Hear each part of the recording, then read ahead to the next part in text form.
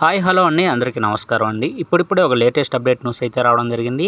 అది కూడా రైతులకు మరో గుడ్ న్యూస్. నేడు ఈ అకౌంట్లో డబ్బులు జమ అంటూ ఒక లేటెస్ట్ అప్డేట్ న్యూస్ అయితే రావడం జరిగింది. అయితే దీని గురించి పూర్తి సమాచారం మనం ఈ వీడియోలో తెలుసుకుందాం.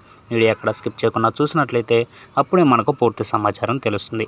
ఇక లేట్ చేయకుండా వివరాల్లోకి వెళ్దాం ఫ్రెండ్స్ నాదొక చిన్న రిక్వెస్ట్ ఫ్రెండ్స్, ఇప్పటి వరకు మన ఛానల్ అయితే సబ్స్క్రైబ్ అయితే చేసుకుని వారు దయచేసి సబ్స్క్రైబ్ అయితే చేసుకోండి. అలాగే బెల్ బటన్ కూడా ప్రెస్ చేసినట్లయితే నేను చేసే ప్రతి ఒక్క వీడియో మీకు ముందుగా నోటిఫికేషన్ రూపంలో రావడం జరుగుతుంది. ముఖ్యంగా వీడియో నచ్చితే లైక్ చేయండి ఫ్రెండ్స్. లైక్ చేయడం ద్వారా ఇన్ఫర్మేషన్ అనేది ఎంతో మందికి రీచ్ అవడం జరుగుతుంది.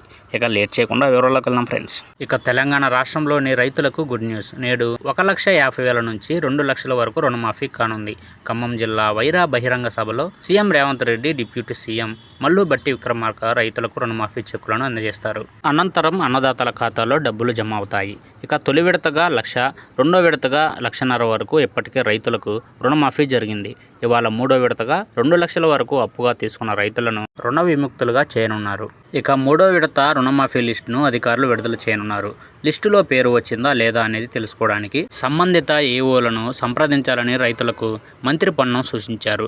ఇక 2 విడతల్లో కలిపి 18 లక్షల మంది రైతులకు రుణమాఫీ చేశామన్నారు. ఇంకా అర్హులైన రైతులుంటే రుణమాఫీ చేస్తామన్నారు. ఇక ఆగస్టు 15 నాటికి 2 లక్షల రుణమాఫీ చేస్తామని సీఎం రేవంత్ రెడ్డి ఇచ్చిన హామీ మేరకు ఇక ఈ ప్రక్రియను కూడా పూర్తి చేశామన్నారు. కాగా అర్హులై ఉండి రుణమాఫీ కాని వారి కోసం స్పెషల్ డ్రైవ్ నిర్వహిస్తామని పొన్నం ప్రభాకర్ తెలిపారు.